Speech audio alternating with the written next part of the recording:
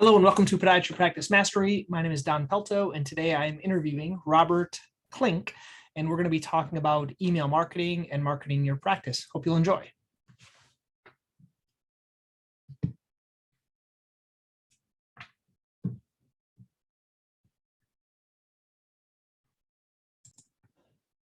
I'm going to edit out some of the stuff, but thank you for your time. How's the family? How's everything going? It's good. No complaints. We're in the process of getting ready to move. So I'm, just kind of dealing with all that stuff and house sale.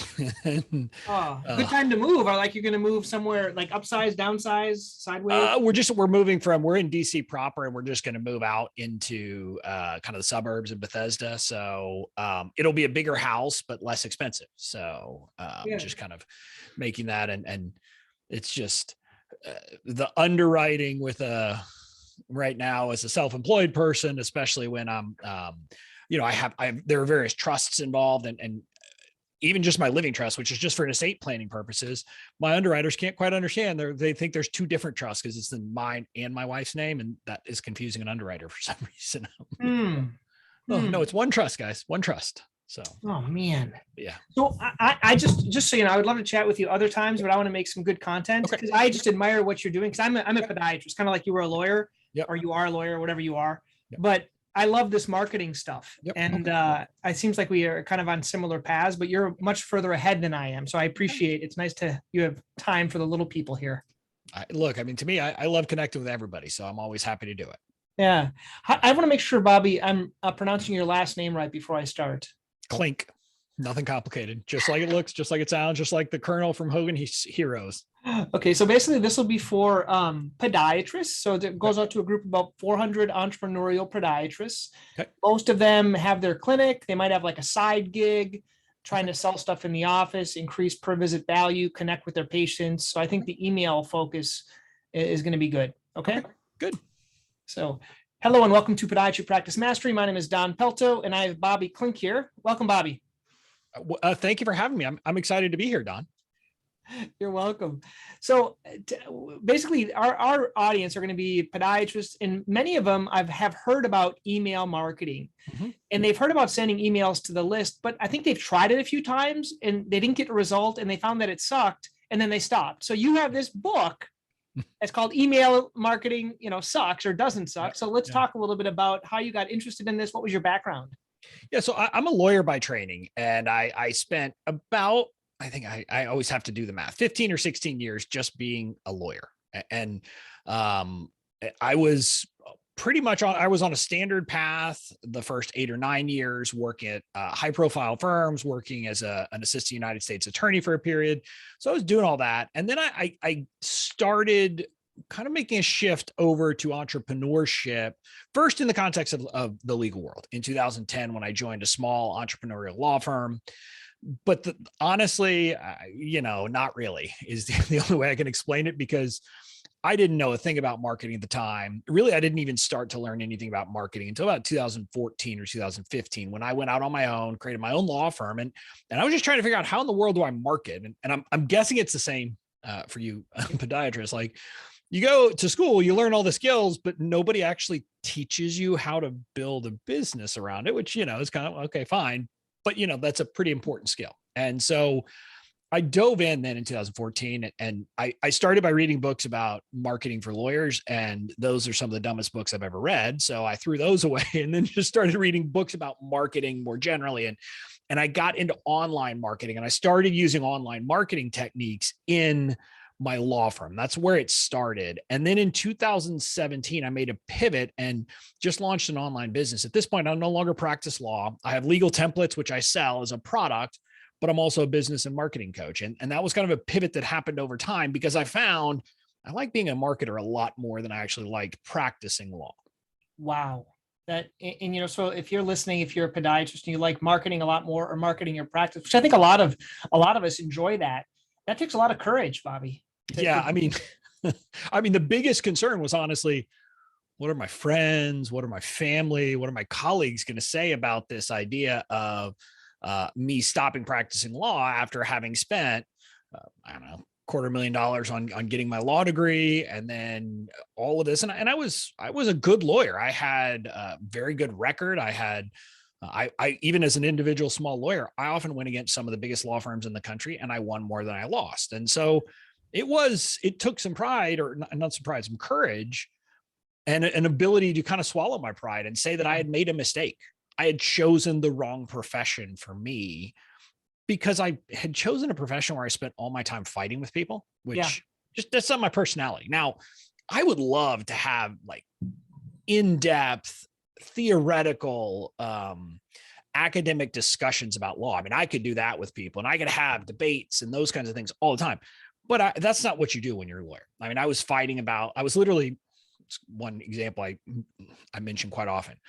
I had to take 2 different trips down from Washington, D.C., where I live, to West Palm Beach, Florida, in a case just to get the other side to give me legible copies of things that they had to give me copies of. Like, and by legible, I mean literally like these documents had turned as they were making copy. So it kind of, the copy they gave me was smeared or not smeared, smudged. And so I just couldn't read it. And I had to go down once for a mediation, and then once to go before the judge, for the judge to say, wait a minute, literally it's just they were copy bad. And I said, yes. And she looks at the other side. Is he telling the truth? Yeah. Give him good copies, like literally. But this is the kind of stuff I had to do. Yeah. That's wow. Yeah. So let's pivot now and say, now, what are you doing now that really gives you energy, passion, excitement? And what do you love waking up doing every day? So, I mean, what I do now is largely teach. And I think that's part of what it is, that I'm someone who kind of naturally enjoys teaching in a fun, different kind of way. And so I find myself teaching and helping people come up with strategies for their businesses. And strategizing is great. Now, the part of the difference is just that everybody I work with now is unbelievably appreciative. So that in and of itself, is a big part of it. But also I'm activating my strategic mind without having to do the drudgery that I was doing before. And so that's a big part of why I enjoy what I'm doing. But literally I get up, and now I say I go and play with friends all day. That's kind of what it feels like. And that's what I tell people. If you can find that in your profession, you've won. That's great.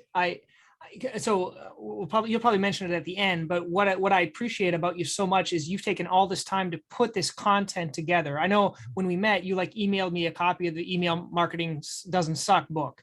And I read it, and I couldn't fall asleep because I was reading it, and it was it draws you in. Now, mind you, the first few chapters draw you in more because of all the stories, and then it gets a little dry, but that's how any book kind of has to be. It goes through all the logistics, but it was a great book. And for the first time, I understood what Dan Kennedy talked about: market, media, message, match. Mm-hmm. I never understood the message component, and he talks about it because I was part of his group for a while. And he talks a lot about, what do they call it? The attractive character. Like Russell Brunson talks about all these things. I never understood how to do it. They always talked about what to do. They never explained how, but in this book, you explain how to do it. So tell me, is marketing dead, and what it's done for your business, this type of email marketing? No, I mean, marketing is not dead. Marketing is alive and well. Email marketing is alive and well. I think the big problem, when I identify the problem with marketing, honestly, it's that people think that digital marketing has somehow fundamentally changed what marketing is. And my response is, it hasn't. Marketing is what it has always been, which is about understanding your customers, connecting with your customers, and building this relationship that naturally makes them want to buy from you. And it's funny, I knew all of this intuitively because my dad ran a chain of drugstores growing up. And so I like to say that I am an analog marketer in a digital world. I am building an online business where people feel more like they are, they're going to the local general store in a small town where the person who is the owner knows them and recognizes what they need and cares about them and wants to take care of them. And so that's the marketing component. Now, email marketing, I view as one of the most powerful ways for, once people have said, hey, I want to know something about this Bobby guy, for them to really get to know me and decide whether I'm their guy. It's not about convincing everyone. It's about helping people figure out, is Bobby my person? There are a lot of business coaches. There are a lot of marketing coaches out there. If you expect someone who, again, who's going to use jargony words all the time and things like that, I'm not your guy. And people need to understand that I'm the guy who I'm going to use penny and nickel words, not dollar and $5 words. And it's things like that that help people just get to know you and recognize your personality.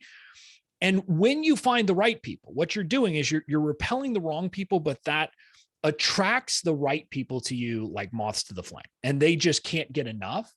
And it's how you find those people who will, I don't want to say buy everything you have to offer, but they will be the customers who have, sky high lifetime values. Because if they need anything that you offer, they're going to buy it from you. They're not even going to shop. They're not even going to say, does somebody offer it cheaper? They don't know, because to them, you are the only option. And that's what you should be trying to do. And that's what email has the ability to do for you when you do it right. Wow. So let's go and give people that are listening here. So we're all private. Let's take a simple private practice, because a lot of the docs that are listening to this, okay, Bobby, I'm starting. Let's say I'm part of a group of 4 doctors. They hired me on as an associate. Okay. They have their own website, but I want to start making a name for myself in this practice. I'm starting out. What would you recommend? They start, let's give them some tips. So I would think about the first thing you have to do has nothing to do with email. It's think through and put yourself in the mindset of your customer or potential customer and understand what the journey they're on. What is the problem they have? How would they describe the problem they have?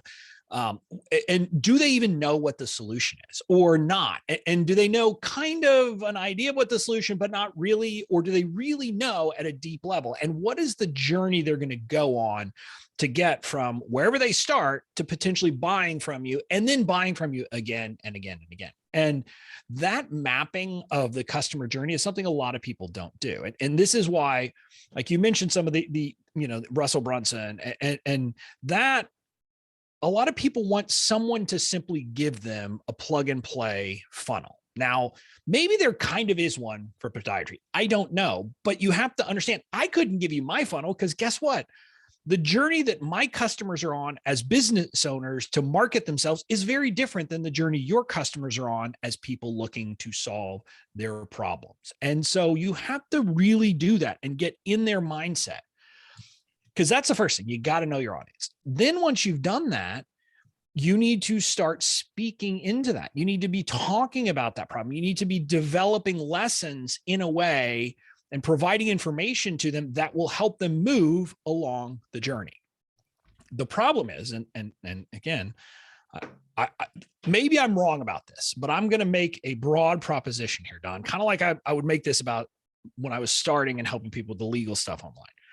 People probably don't want to read an email that's all about lessons or medical information, et cetera. That's not what they want. Kind of like with the legal stuff. If I had just written emails about here's what you need to do from a legal perspective, you're like, they'd glaze over and fall asleep. It's just what we talk about isn't exactly exciting stuff for a lot of people. And so what we have to do is come up with a way to communicate it and teach them the lessons, but also keep them from falling asleep. And that, I think, is the challenge. And that's where storytelling comes in. That's where you start coming up with your own stories from your personal life that you can use to relate to the lesson you're trying to communicate to the people on your email list. And so when you start doing that and not directly related, so the more that it's kind of slightly different area or a different topic, the better. And that'll just help people to learn the lesson, because basically what you're doing is you're creating mini parables and these little story-based lessons. If you think about it, if I say to you, the tortoise and the hare, immediately every listener who just heard that said, slow and steady wins the race, right?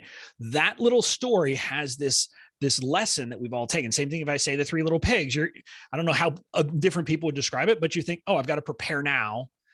And put in the work to make the preparation. And so again, we learn through stories. So you need to come up with those kinds of stories so that people will want to pay attention to you.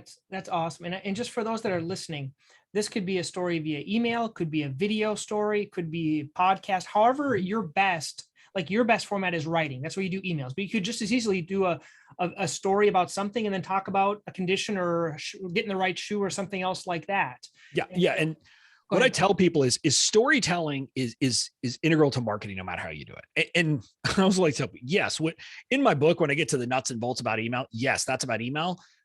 But almost what I jokingly say, because I didn't start out planning to write a book about email. I started to write a book about marketing. And I said, no, I'm going to write about email. And I ended up writing a book about marketing. And so kind of everything that I talk about, other than the nuts and bolts of email, really applies across everything you're doing with email. Now you have to understand the different channels, the different medium will have different, like there will be different things that are specific to them. But yeah, storytelling is just integral to everything we do as humans. That's how we learn. And so doing that will help people. Now, again, in academic settings, we don't often learn through story. Often there we learn by that.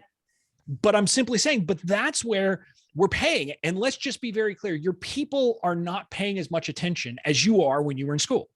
And so you have to give them very bite-sized, understandable lessons. And that's where the stories come in. Yeah, and frankly, when I teach residents or students coming through, I always say what you need to do is when you talk to an experienced doctor, you write down their parables or their stories. And because we all use like plantar fasciitis, it's kind of like this. It's the kind of like this portion that you have to pay attention to, or orthotics are kind of like this. It's the kind of like is what, because otherwise I want a hard piece of plastic. Well, right. Kind of explaining behind a story. Now, if people have never heard about this before, you all do this with your patients currently. How do you operationalize this for me? Excel spreadsheet, what works for you? What does Bobby do? How do you write down your stories? What works for you?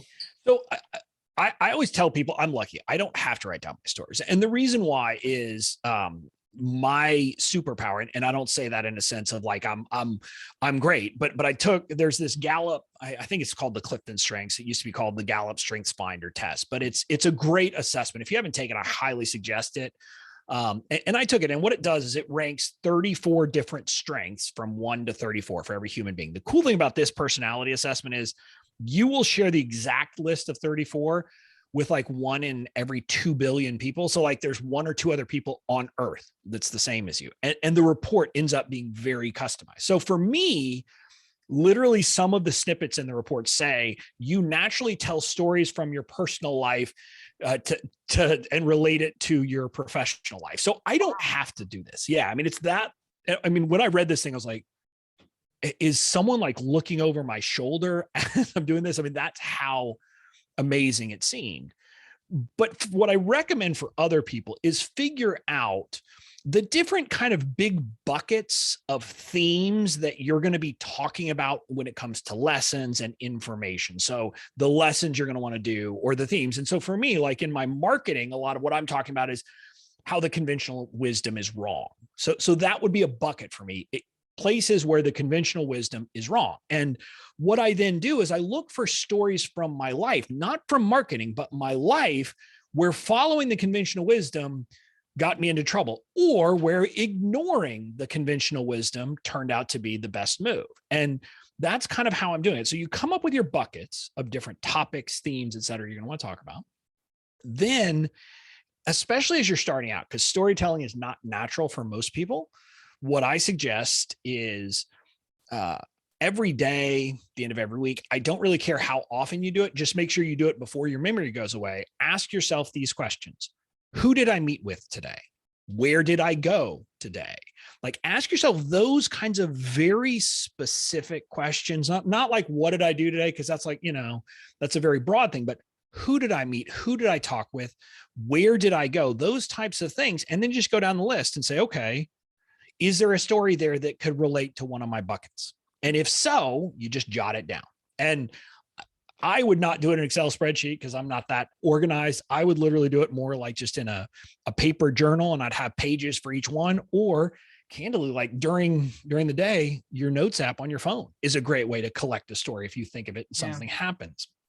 But you should do that. And as you work on it, it will become more natural. So that's kind of on a day-to-day basis. But I'll also suggest you should then mine other parts of your life, other periods of your life for potential stories. Some of my best stories are from high school, from college, those periods. And not because they're wild, but because it shows a part of me that letting my customers or potential customers in on that part of my life will allow them to connect with me in a way that they wouldn't otherwise. And that's the important thing. Like one of my classic stories is about a speech I had to give in a debate competition in high school.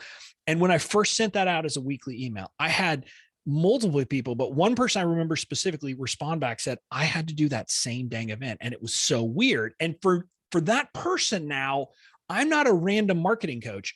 I'm the guy who did that same speech event as they did. And so think about how that changes the relationship from their perspective.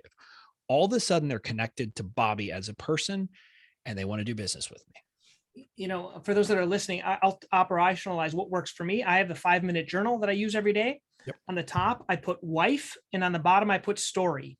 So for wife, I put in one story about my wife that I'm appreciative for her. Yep. And like once a month, I'll put a card and I'll write all those stories in, just put little lines. Under story, I'll pick one story and I write those down there just to keep my brain going. And I have like a story log in a couple of good books, which you probably recommend as well. A Story Brand and Story Worthy are a couple of good books. And there's some podcasts. Listening to other good storytellers, I think, is really important as well. Yeah. I mean, another book I would suggest is Stories That Stick. That's another book about stories. But yeah, learning how to tell the stories, like once you figure out and you collect them, I think part of the reason, well, it's a chicken and egg problem. Maybe because I like stories is part of the reason I like TV. But if you find what is your medium of enjoying stories, and for me, it's TV more than movies, more than books, but pay attention to those classic, whether it's TV, whether it's movies, or whether it's books, like fiction books, and realize how people like weave a story together. And when you start to do that, it will start to help you understand storytelling and how to tell an effective story. And that's why I say, I watched Seinfeld and I watch it on repeat. And so that affects the types of stories I pick. I tend to pick very short, like those little vignette moments, like nothing moments that I can pull a lesson out of, because that's what that story or that show was all about. That tends to be my particular mode of storytelling. You know, one other thing that when I was reading your book, what I started to do is I wanted to develop stories. So every Monday I thought of a story and I practiced, because I see 30 people a day. I practiced the same darn story. And by the end of the week, it got pretty good. I just kept on telling it until I could see how they reacted. And it might've been a story from childhood. And I just, hey, I was thinking about this. And I practice on it. We have these patients we can practice on all day long telling them. So yeah. And one suggestion I would say, like if listener, if you struggle telling stories, especially like if in the context of speaking it, many places will have, like many cities will have different organizations where you can go practice it. And there's things like Toastmasters, but I'm talking here in DC, we have something called Story District. It is a program that you can go through, like an 8-week program where they will walk you through storytelling and things like that. And I would suggest looking to see, is there something like that in your area if you struggle with it? Because they will help you overcome that and figure out how to put a story together in a meaningful way. Like I would, for example, suggest that if my dad were doing it, he should probably go to one of those, because he's one of those guys who gives way too much detail, goes on to way too many tangents, and so kind of loses the point. And that's one of the things, maybe that's a problem that you have. And I don't mean you, Dom, but I'm saying listeners, maybe it's a problem. And if so, you need to figure that out and kind of curtail it. But understanding how to tell stories effectively will do you wonders in your marketing, not just email, but every part of your marketing. Yeah. So Bobby, I want to ask you one question. Since you do kind of coach people, a lot of podiatrists or just busy professionals in general, in our minds, we think we want to make certain changes based on this. I want to start writing an email once a week. I want to start gathering stories. I want to change my business. I want to open a second office. I want to do all this marketing stuff.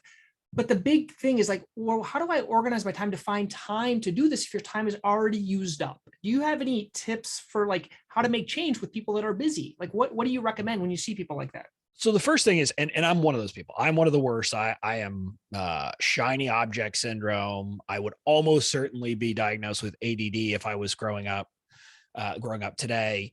But what I will tell you is that the key is to figure out, first of all, don't try to change 8 things at once. Pick one.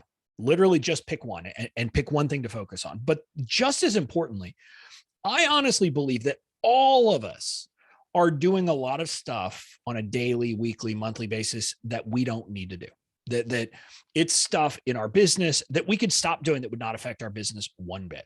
It's stuff in our personal life that we're doing because, I don't know, because that's the way it's been done, but we could stop doing it and it wouldn't have any negative impact. And so part of what you need to do is get a handle of what you're doing and what could you stop doing. And I don't mean like there's the delegate, like there's the stuff you could delegate, but I'm saying there is stuff that literally in my business, I realized at some point, we're doing it because someone told me we needed to do it, but it is having zero impact. So I'm just going to stop doing it. And when we did, guess what? Didn't have any impact. There's actually a book that I like, and one of my teammates, I jokingly try to get her to do it. It's called Procrastinate on Purpose. And it's an idea. It's by Rory Vaden, and it's a book that helps you kind of figure out when you have a task, should you eliminate it?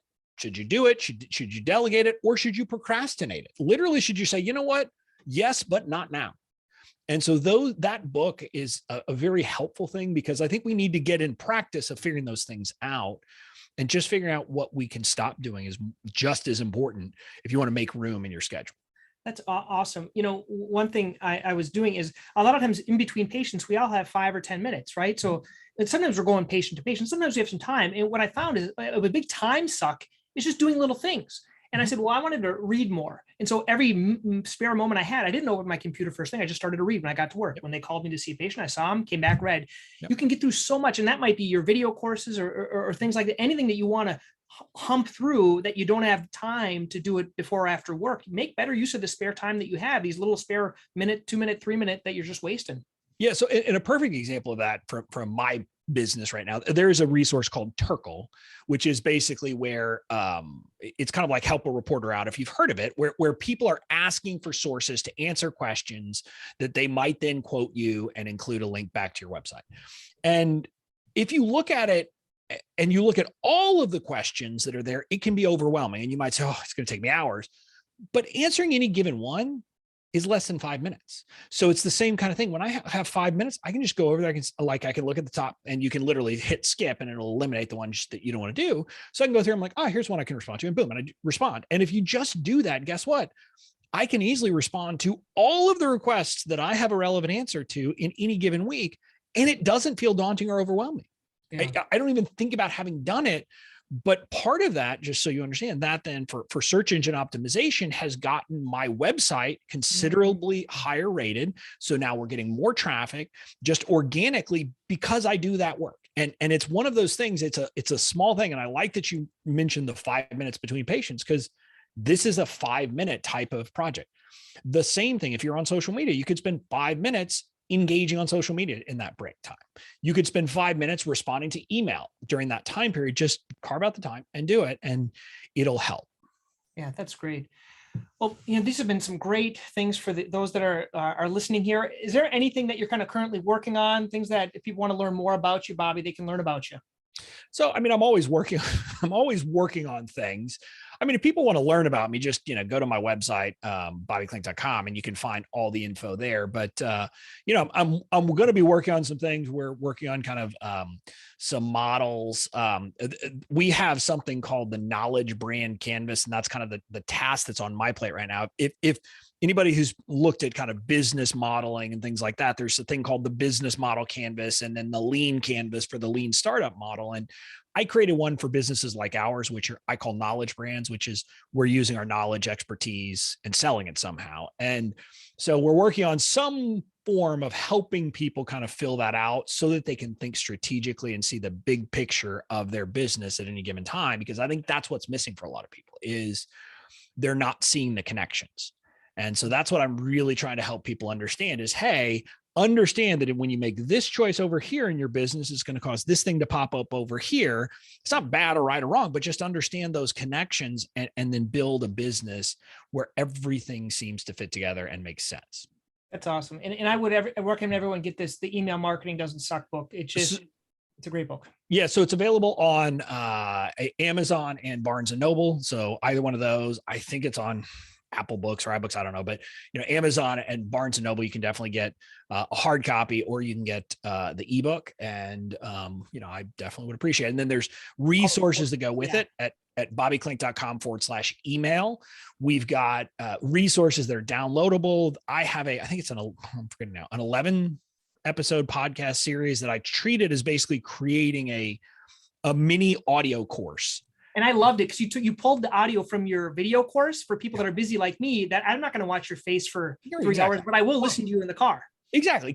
Right. And I kind of realized, look, people don't need to look at me. Even when I have slides, they don't need to look at me. So, but when you go to bobbyklinck.com/email, that's where you'll find all of these resources about email and the stuff that I can help you with. Yeah. And you're pushing the free curve. So thank you so much, Bobby. Okay. Talk to you later.